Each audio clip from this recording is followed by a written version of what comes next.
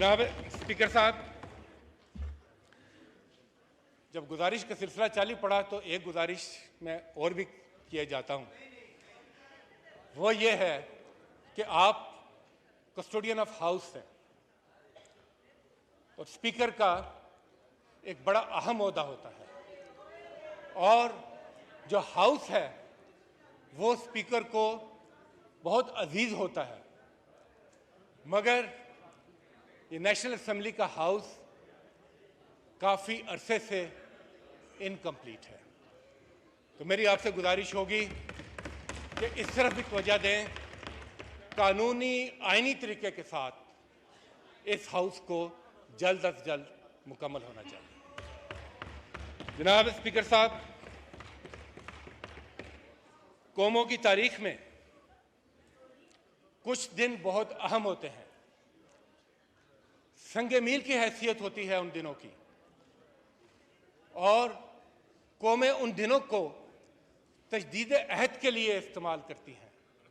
एक वादा करती हैं कि हम पहले से बढ़कर करेंगे, अपने मुल्क के लिए, रियासत के लिए, कौम के लिए। उन्हीं में से एक नहायत अहम दिन 23 मार्च का है, जिसको योम पाकिस्तान भी कहते हैं। मगर स्पीकर साहब, इस मर्तबा जो योम पाकिस्तान था वो तारीखी होने के साथ साथ उस दिन जो फैसले हुए वो तारीखी लेकर आए। योम पाकिस्तान के दिन आईने पाकिस्तान का मजाक उड़ाया गया, आईने पाकिस्तान की बेहुरमती की गई, आईने पाकिस्तान की खिलाफ वर्जी की गई, जो किसी भी कौम के शायान शान नहीं। चेयरमैन साहब, इस 23 मार्च को इलेक्शन कमीशन, जो खुद एक आईनी इदारा है और एक बड़ी भारी जिम्मेदारी उसके ऊपर आयद होती है, जमहूरियत के हवाले से, पार्लियामेंट के हवाले से, और वो जिम्मेदारी बर वक्त आइन के मुताबिक इलेक्शन कराने की जिम्मेदारी है। वैसे तो इस जिम्मेदारी को पूरा करने के लिए उन्हें किसी डायरेक्शन की जरूरत नहीं, मगर इस मर्तबा तो सुप्रीम कोर्ट का भी एक फैसला आया। सुप्रीम कोर्ट ने भी डायरेक्ट किया इलेक्शन कमीशन को कि किस तरीके से आपने किस तारीख को इलेक्शन करवाना है। मगर हम देखते हैं कि 23 मार्च के दिन भी क्या चुना है। 23 मार्च के दिन इलेक्शन कमीशन ये फैसला सुनाता है।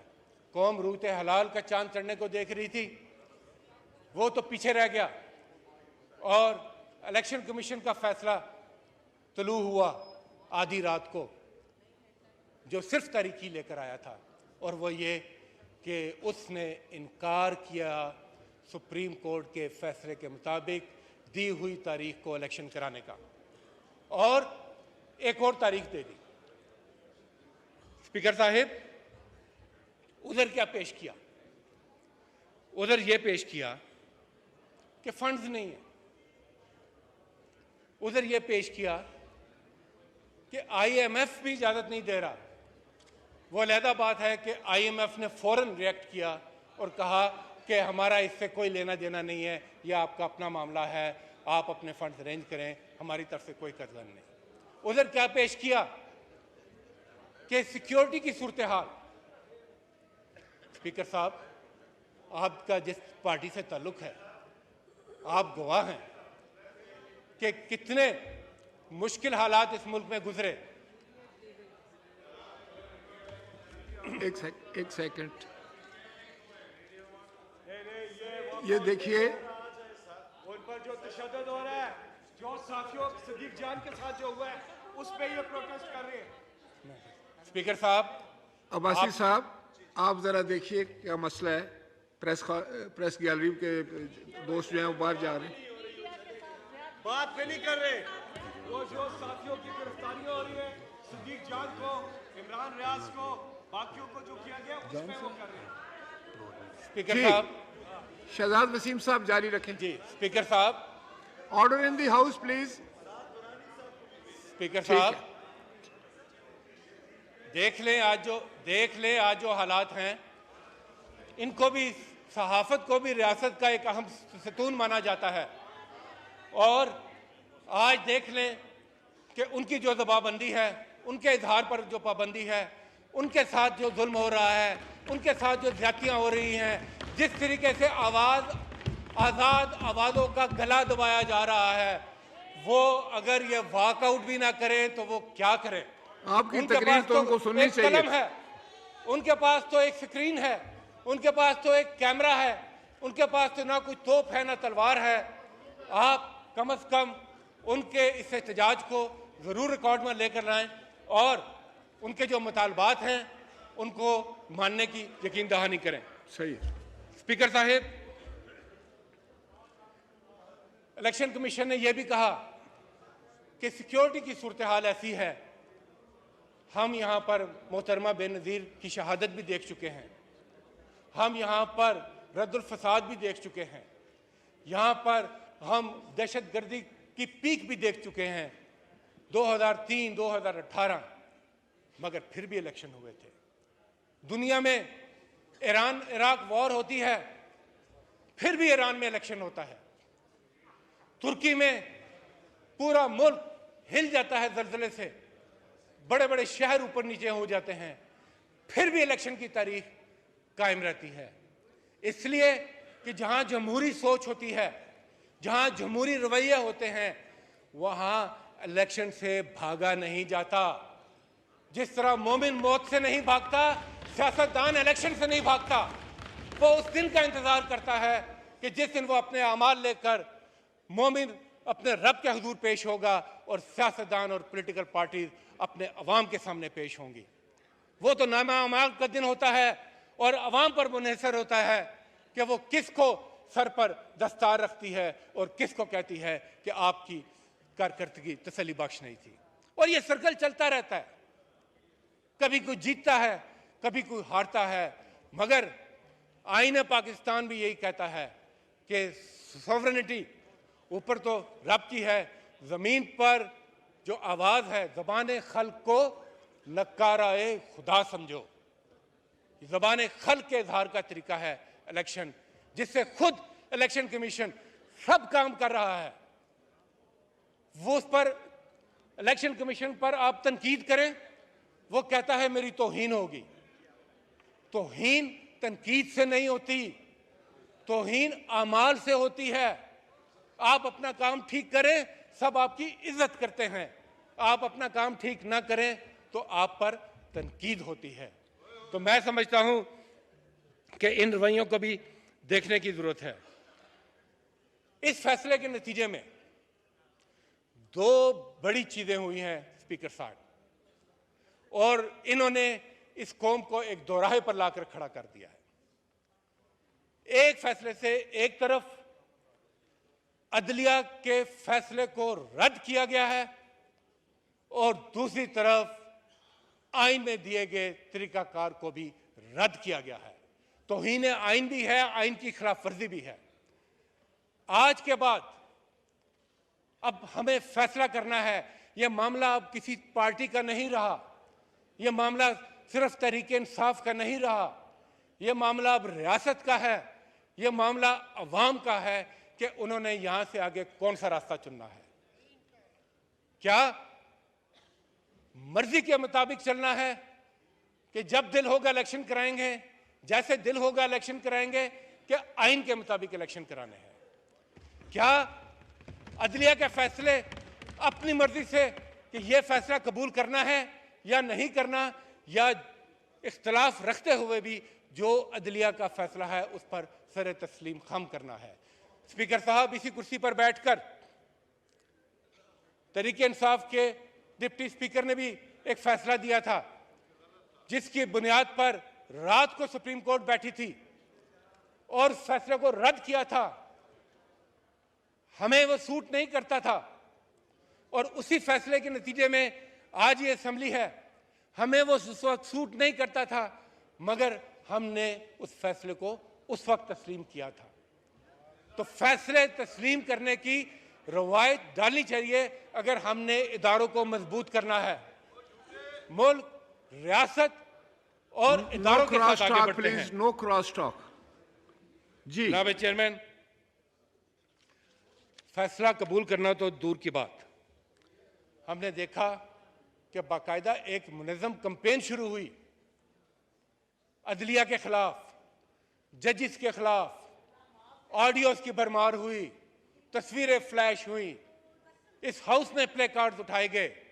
हम किसी जज को पसंद या नापसंद करने की बात नहीं करते, हम इदारे की बात करते हैं। इदारा फैसला करता है, जब सुप्रीम कोर्ट लिखा आता है तो फिर वो सुप्रीम कोर्ट का फैसला होता है, वो किसी की जाती फैसला नहीं होता है। जनाब चेयरमैन, जनाब स्पीकर साहब, जहां तक आईने पाकिस्तान की बात कर रहे हैं तो कहां से शुरू करें और कहां पे खत्म करें? इससे पहले तो बाहर से लोग आइन को उठाकर फेंक देते थे, आइन की तस्दीक करते थे, मगर अगर हम पार्लियामेंट जैसे इदारे में भी आइन की तकरीम नहीं करेंगे, उसके कहे के ऊपर नहीं चलेंगे, एग्जीक्यूटिव उस तरह से परफॉर्म नहीं करेगी, स्टेट उस तरह से परफॉर्म नहीं करेगी, तो फिर हमारा मुस्तकबिल क्या होगा? स्पीकर साहब, आइन तो रियासत और अवाम का एक रिश्ता जोड़ता है, और वो रिश्ता क्या है? वो जो एतजाज अहसन ने कहा था रियासत होगी माँ की जैसी, वो इसी वक्त होता है कि जब रियासत अपने अवाम को उनके बुनियादी हकूक देती है, किया हुआ वादा पूरा करती है कि आपकी जान, आपकी माल का तहफ़्फ़ुज़ होगा, आपकी चादर और चार दीवारी का तहफ़्फ़ुज़ होगा, आपकी इज़्ज़त नफ्स का तहफ़्फ़ुज़ होगा, आपके इज़हार राय का तहफ़्फ़ुज़ होगा, आपको फ्रीडम ऑफ असेंबली होगी, आपको अपने नुमाइंदे चुनने का हक होगा। जब ये बुनियादी हक सलब कर दिए जाए तो फिर एतजाज ऐसा नहीं, फिर हसन निसार की बात आ जाती है कि ये रियासत सुतेली माँ बन जाती है, और वो फिर वही होता है जो आज पाकिस्तान के अवाम के साथ हो रहा है। किसी की दहलीज महफूज नहीं, किसी का घर महफूज नहीं, किसी की चादर महफूज नहीं, किसी की चार दीवारी महफूज नहीं। जिसको दिल किया उठा कर ले गए, जिसको दिल किया तशद्दुद का निशाना बनाया, पसे-ज़ंदा कस्टोडियल टॉर्चर किया। हमने क्या हाल बना दिया है इस मुल्क का, क्या हाल बना दिया है। लहू लहू है आज ये मुमलिकत, लहू लहू है। जनाब चेयरमैन, स्पीकर साहब, वतन का चेहरा खून से धो रहे हो, बड़े खुश हैं? सुनो, वतन का चेहरा खून से धो रहे हो, गुमा तुमको के रास्ता कट रहा है, यकीन मुझको के मंजिल खो रहे हो, मंजिल खो रहे हो। रास्ता तो कट ही जाता है, मगर मंजिल पर पहुंचना वो कौमें जो हैं वही कामयाब होती हैं। स्पीकर साहब, स्पीकर साहब, पार्लियामेंट नो सुप्रीम क्रॉस अदारा है, talk please, no cross talk. Parliament supreme अदारा है, और उसकी कदर पार्लियामेंटेरियन से ज्यादा कौन कर सकता है? मगर आज ये ऐवान भी, इनकी रूह भी जख्मी है, जो अपने मेंबरान को तहफ़्फ़ुज़ नहीं दे सकते, जो अपने मेंबरान को तहफ़्फ़ुज़ नहीं दे सकते, उनसे क्या कौम उम्मीद करे कि वो कौम को तहफ़्फ़ुज़ देंगे, वो वफाक के लिए कुछ करेंगे। आजम स्वाति से लेकर शहबाज गिल तक, अजहर मशवानी, एक हमारा यंग लॉयर हसन, एक ऑर्डर इन द हाउस। एक लंबी लिस्ट है। अपनी और अपनी इनको तो बारी पे छोड़ें। बात कीजिए। सियासी सुने पार्टियां जो जमहूरियत पर यकीन रखती हैं, उनकी जो मीरास होती है, उनका जो असासा होता है, वो उनके कारकुन होते हैं। और माजी में भी जिन सियासी पार्टियों के कारकुनों की जिन्होंने इज्जत की, वो सियासी पार्टियां जमहूरी पार्टियां कहलाई। आज तहरीक इंसाफ के कारकुनों के साथ जो सलूक हो रहा है, मैं इस फ्लोर पे ये कहना चाहता हूं, क्या वो किसी जमहूरी माशरे के शायाना शान है? जिस तरीके से बेदर्दी के साथ उन पर शेलिंग, उन पर रबर बुलेट्स, आपने वीडियोस देखी होंगी कि एक नहती खातून के सामने जब ये पुलिस के शेर जवान बंदूकें सीधी करते हैं, क्या वो किसी माशरे की अक्कासी करता है? और तो और क्या बात करें कारकुनों की, क्या बात करें कारकुनों की। जनाब स्पीकर साहब, एक साबिक वजीर आजम, मुल्क की सबसे बड़ी पार्टी का सरबराह, एक मकबूल लीडर इमरान खान के घर पर चढ़ दौड़ते हैं बुलडोजर लेकर, क्रेनें लेकर, दीवारें गिराने के लिए, जमान पार्क में उसके घर को फतह करने के लिए।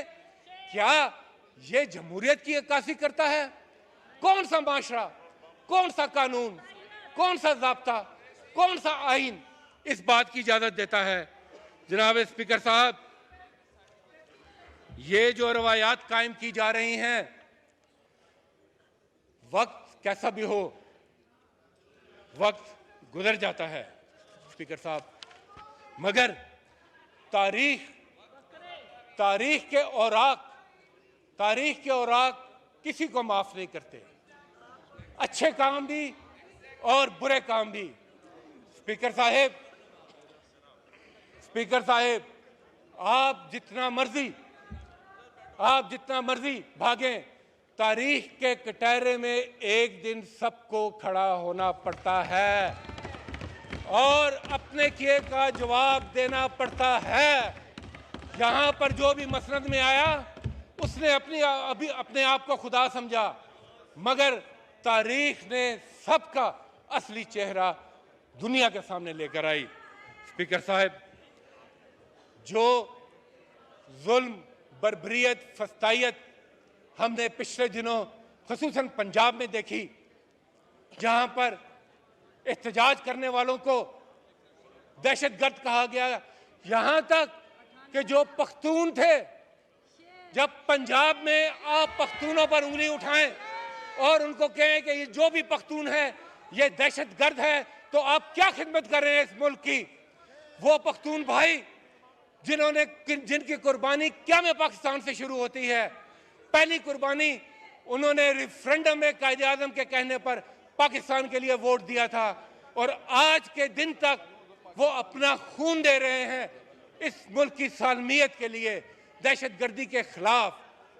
आप उन पर ड्रोन भी मारें, आप उनको कत्ल भी करें, आप उनका खून भी बहाएं, अगर नहीं तो बहता देखें और फिर भी उनको आप दहशतगर्द कहें, मैं समझता हूं ये किसी तरह भी कौमी वकार के मुनासिब नहीं है।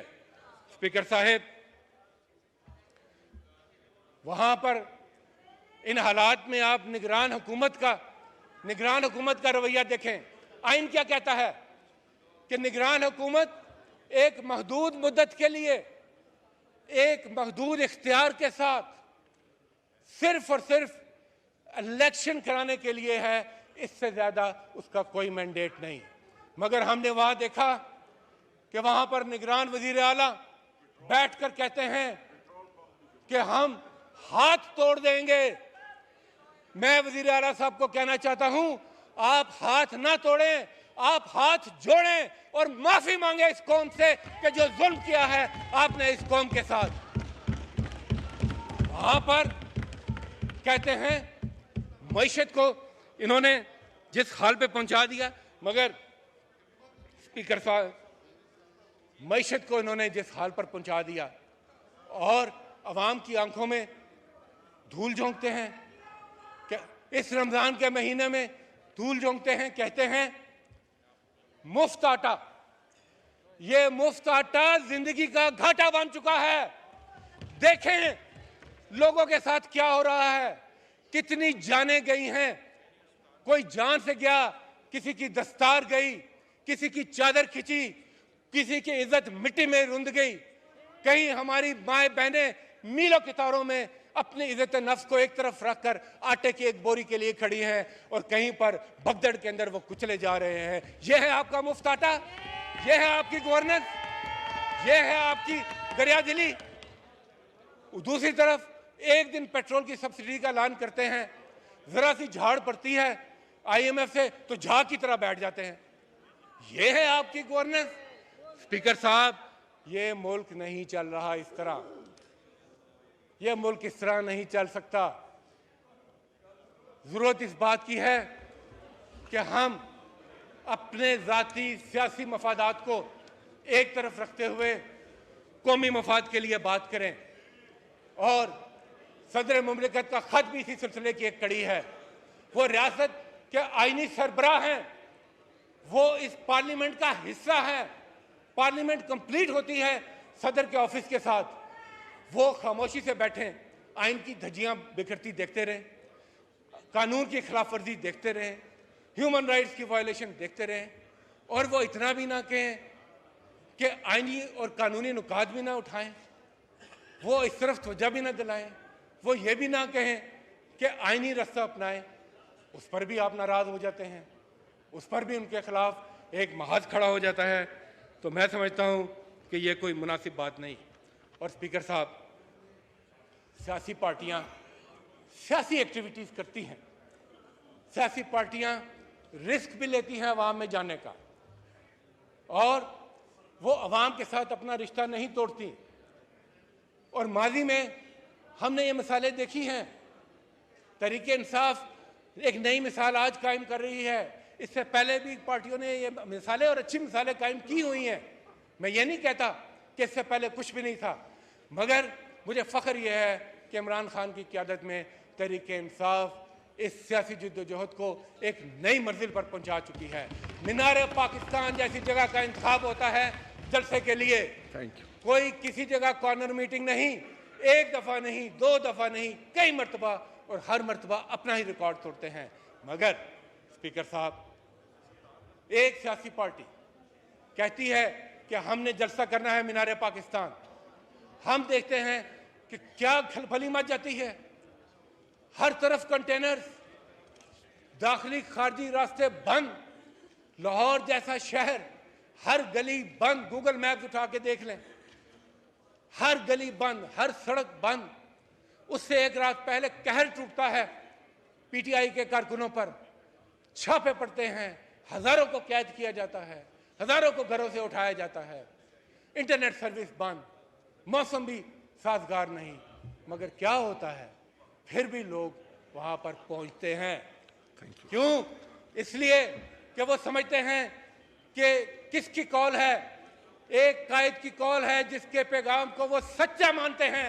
इमरान खान की कॉल होती है तो लोग पहुंचते हैं। कोई जज्बा, कोई जुनून, उसको कोई रुकावट नहीं रोक सकती। और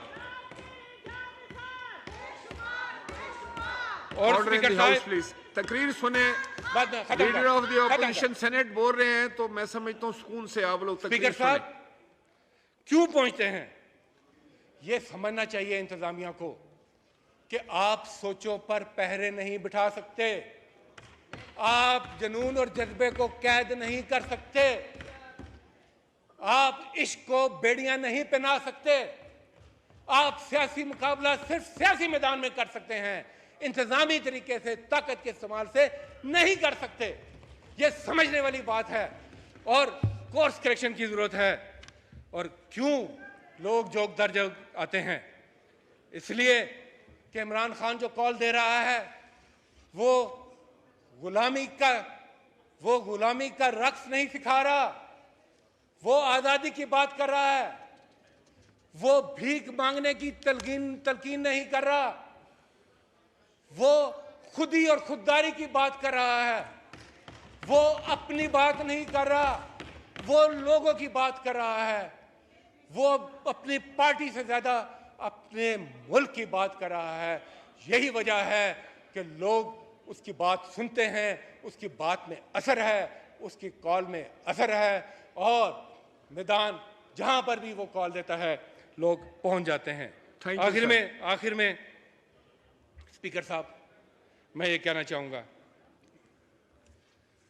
कि हम तहरीक इंसाफ किसी किस्म का इंतशार नहीं चाहते। हम इलेक्शन चाहते हैं, हम इलेक्शन चाहते हैं। स्पीकर साहब, इंतशार वो करता है जो इलेक्शन से फरार चाहता है, अमन की बात वो करता है जो इलेक्शन चाहता है।